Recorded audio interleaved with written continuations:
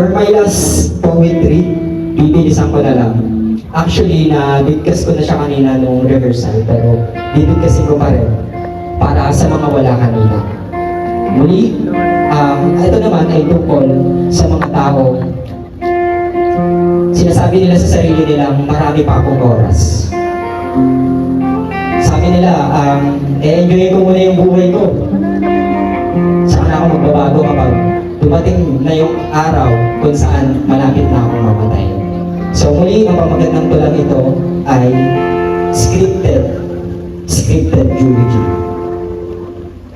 Marahil hindi ka manunulat tulad ko, pero gusto kong ipaalam sa'yo, kaya mo rin lumikha ng kwento, hindi gamit ang papel o pluma, kundi sa pamamagitan ng maluwid na pamumuhay at magandang pakikisa. Sa pagtrato mo ng kanais-nais sa iba, lagi kang nag-iiwan ng di malilimutang marka. Isinusulat mo sa isip nila kung sino ka. Sa bawat pakikisalamuha, ikaw ay nagpapakilala. Kada pakikipag-usap, meron tayong itinatatak sa sino man. Lumilibag tayo ng mga alaalang habang buhay sa kanila ay naiiwan.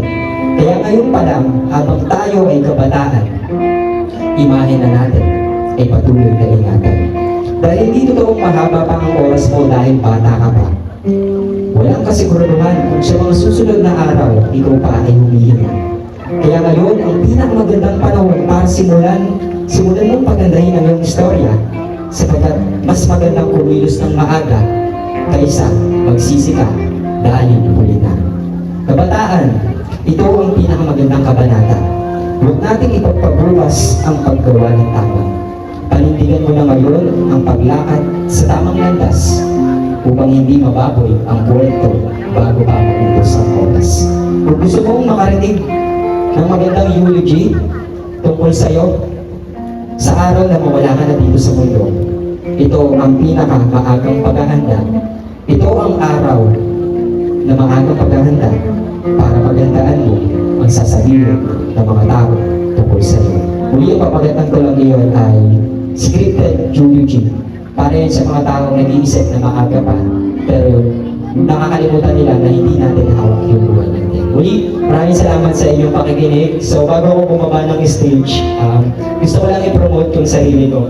Gusto kong gamitin yung platform na to para, yun, follow nyo yung socials ko, yung FB pages ko, Makatang Manunulat Author, Makatang Freelancer, and yung may merch, may merch din ako, and yung YouTube channel ko, baka naman, pasubscribe sana.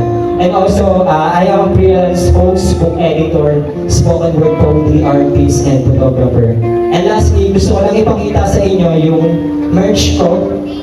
Gusto kong i-share sa inyo yung merch ko. Hindi lang to basta isang produkto, layunin itong magbigay ng inspiration to other people. Ito ay baybayin tula sa t-shirt. So ayun, maraming salamat muli sa inyong pakikinig. Mabuhay ang kabataang Salesiano.